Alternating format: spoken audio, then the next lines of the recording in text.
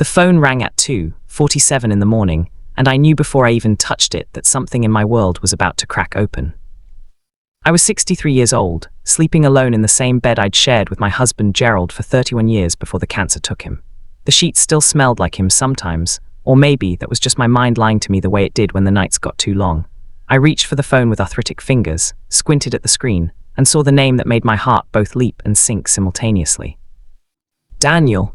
My son, my only child. The boy I'd carried through a 30-hour labor. The boy I'd held in the parking lot of his middle school while he sobbed because Marcus Henley told the whole class he smelled like old soup. The boy who had stood beside my husband's casket without crying, not because he didn't feel it, but because he'd decided he needed to be strong for me. I knew that. I'd always known that. Sometimes I wished I hadn't. Daniel, my voice was the voice of someone who had not yet fully crossed back into the waking world. Mom, his voice was different, stripped of something. Mom, I need you to listen to me very carefully. I sat up, I turned on the lamp. The warm yellow light fell across Gerald's old robe hanging on the back of the door, and I looked away from it. I'm listening, I said, I'm right here.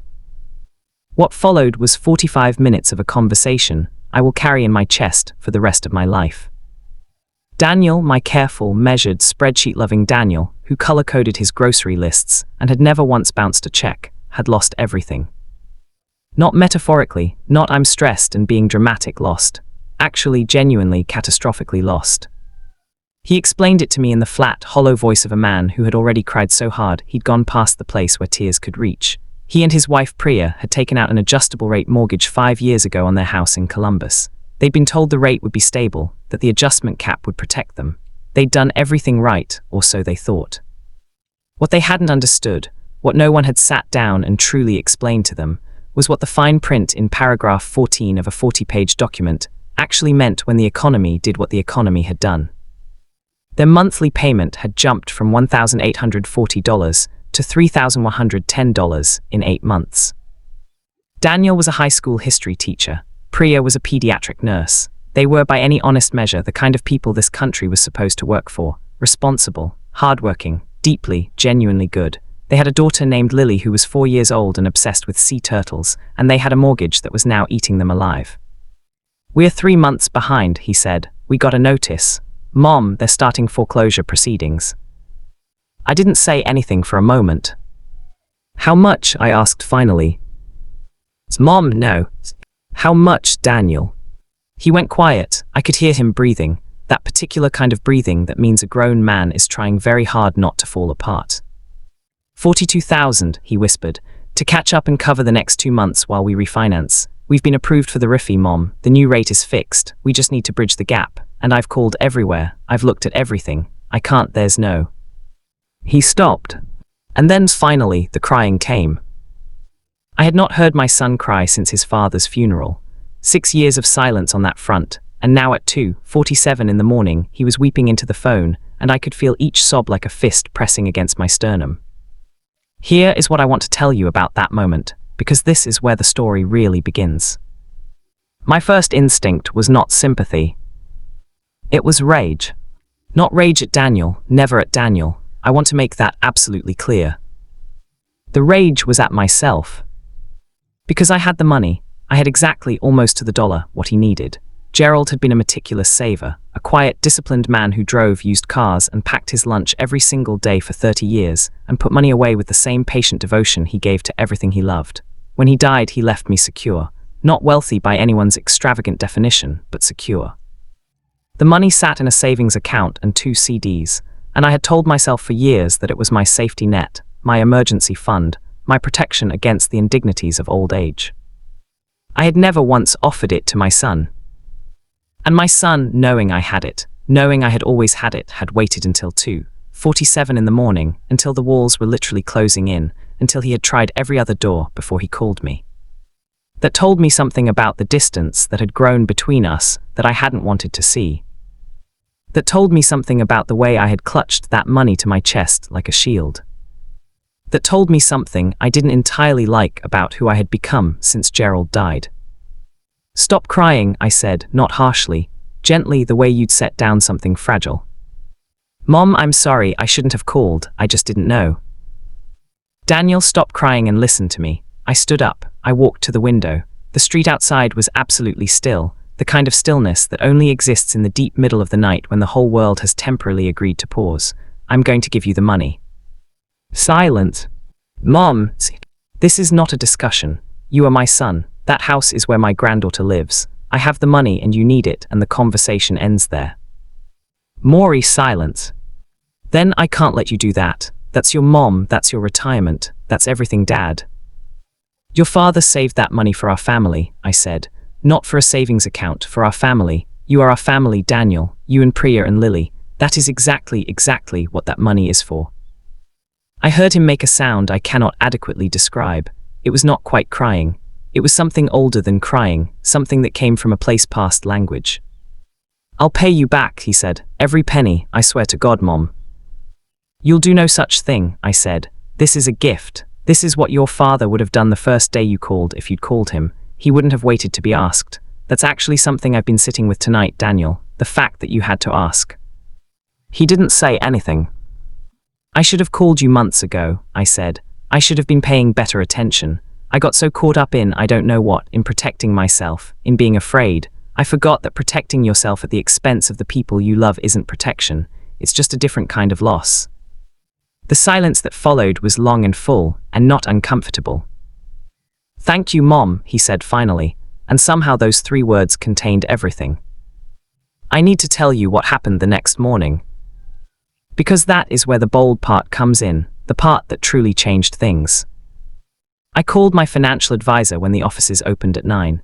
His name was Richard, and he was perfectly pleasant and perfectly useless, and he spent 12 minutes explaining to me in careful, condescending language why liquidating a CD before maturity was inadvisable, and how I should consider a home equity line of credit, or perhaps a personal loan, as a more strategic vehicle. I let him finish. Richard, I said, I'm 63 years old. My son is about to lose his home. Cancel the CD.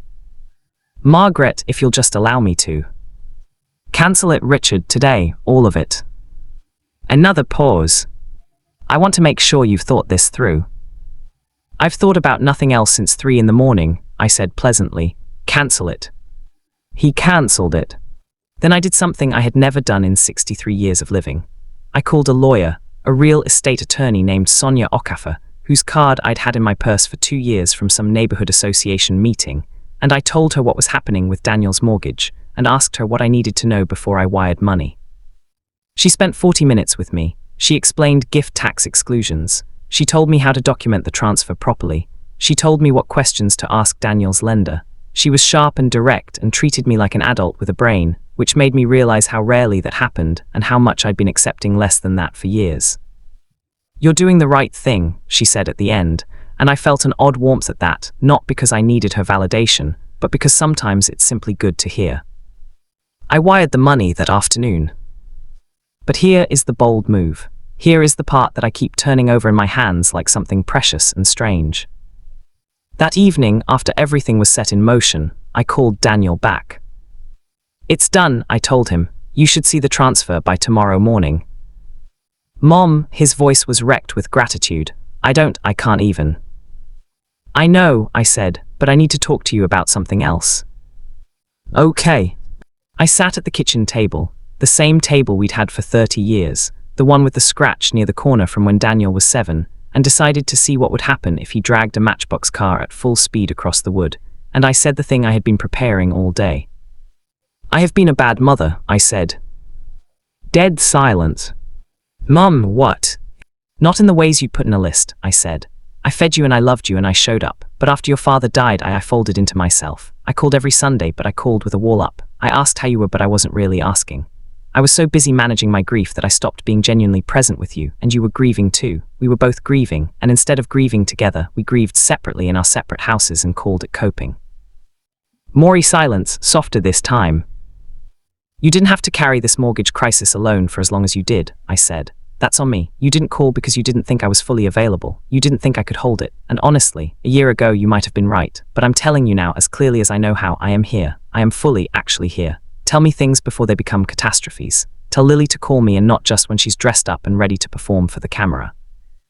Let me be a real grandmother, not a Sunday phone call grandmother. Let me be a real mother, not a woman you call at 2 in the morning when there's nowhere else to turn. I could hear him crying again, quietly this time, the kind of crying that doesn't ask for anything, that is just the sound of something releasing. I didn't know you felt that way, he finally said. I didn't know how to say it, I admitted.